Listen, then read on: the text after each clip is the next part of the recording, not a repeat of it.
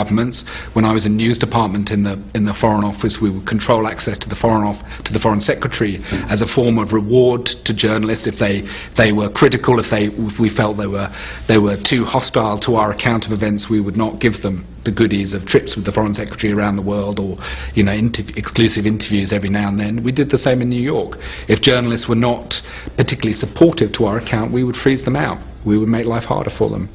But there is a subtle and private relationship between them, which is basically of favoritism, that certain journalists are rewarded with access for being supportive of the story. They will basically tell journalists, you carry on with that line, that kind of unjustified criticism of our government policy on X, Y or Z, we will punish you. And that is very explicit, those kinds of threats. What happened was not an intelligence-based process, it was basically a PR process run by Number 10 to produce a document that was much more politically credible than the evidence suggested.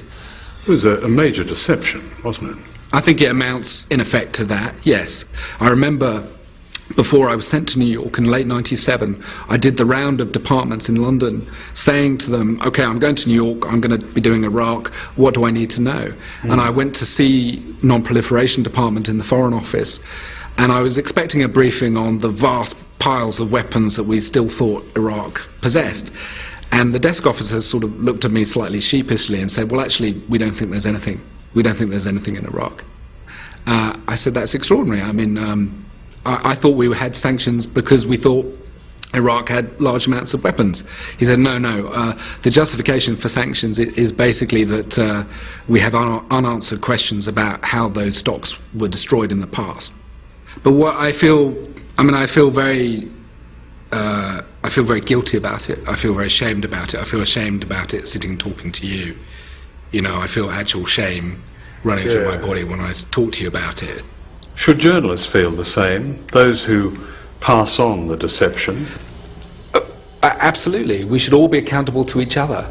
I think that's the only way to have a civilized society, is some kind of transparency with each other and accountability, and people holding people morally accountable for what they do, and that applies to journalists as much as it applies to anybody.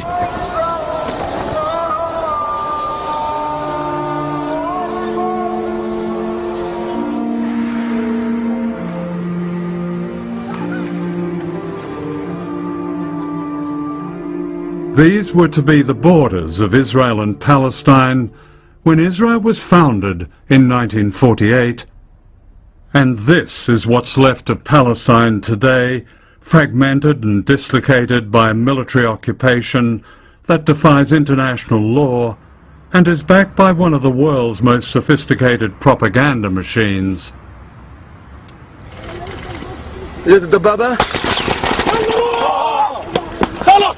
This is Palestinian cameraman Imad Ghanin being shot repeatedly by Israeli soldiers. The killing of non-Western journalists is rarely news. Imad Ghanin was 21 and lost both his legs.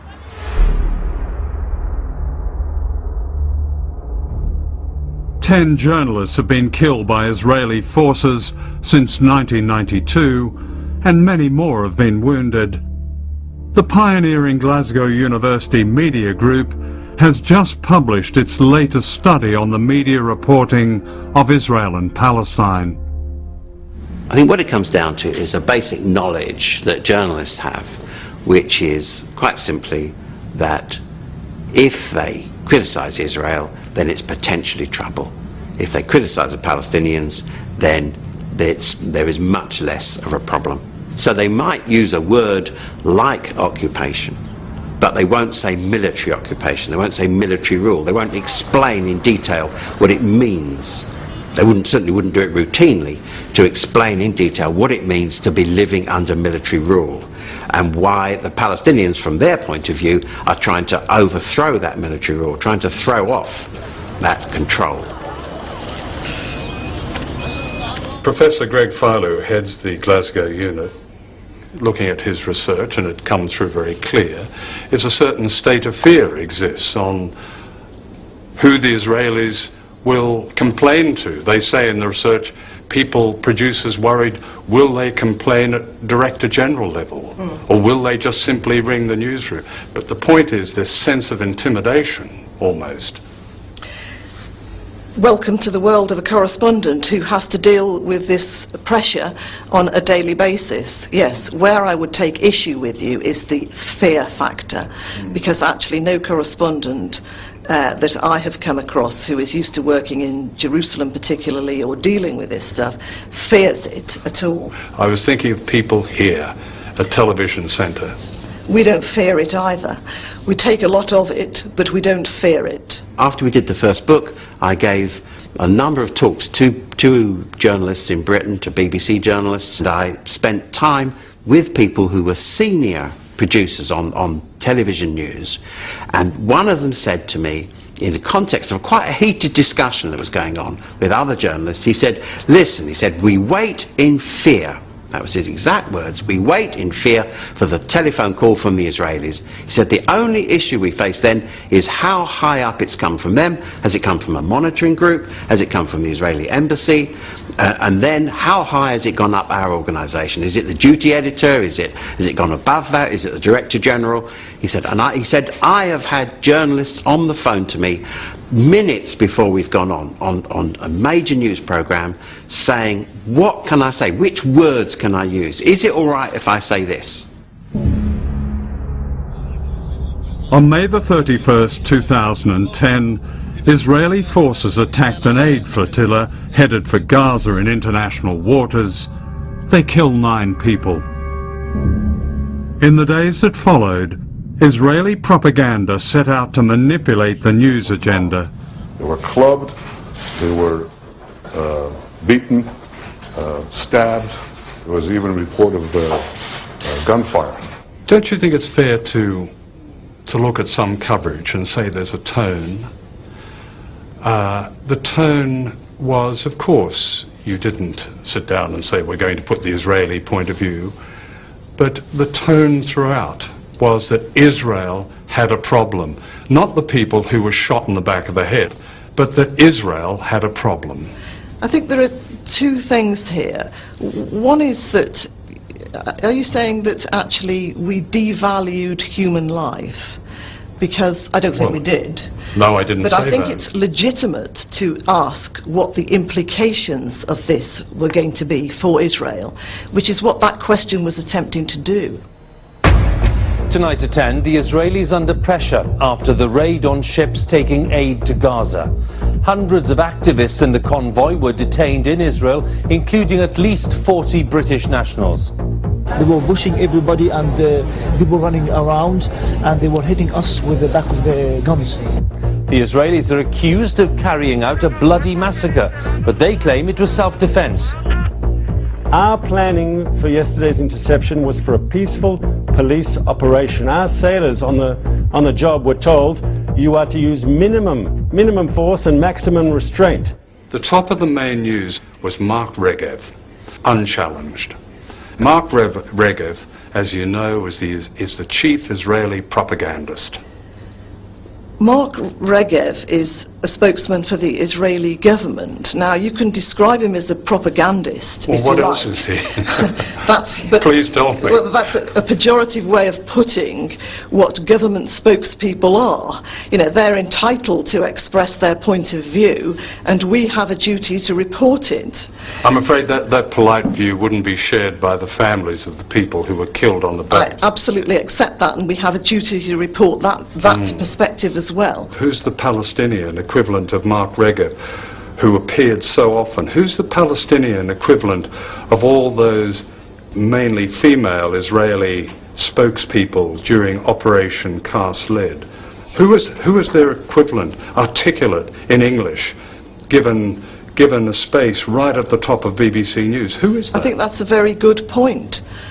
You know, who are those people? Yes. But why hasn't the BBC... But that's not our job to go out and appoint the Palestinian spokesperson. But you say you're impartial. surely you would find somebody to be, yes, have Mr. Regev saying his say, but then his equivalent. We do, and we did. You don't, actually. You don't have an equivalent of Mark Regev. That's just not true. Just because there isn't an equivalent of Mark Regev doesn't mean to say that we didn't allow those viewpoints which you've just expressed to be heard across the range of our output.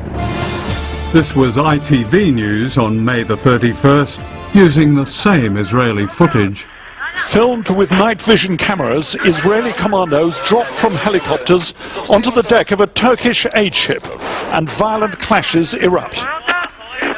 The immediate aftermath of the Israeli attack on the aid flotilla in June. For one thing, the Israelis supplied doctored film, even with captions, which was widely used across ITV and the BBC. It was labelled, but the context of this, according to the Israelis, that their people who were attacking the flotilla were actually being attacked by the people who were on the flotilla. That Israeli perspective, propaganda, dominated. Well, not only dominated, but certainly the Israeli propaganda machine, as you well know, is very, very sophisticated, and in its own terms is quite successful on occasions. And yes, it is the case that sometimes media organisations fall into a trap laid for them by it's only sophisticated because we allow them to be sophisticated. But again, you know, it's only when you can come to write the history of these events that you can see it with that hindsight view, when it's actually happening on a daily basis.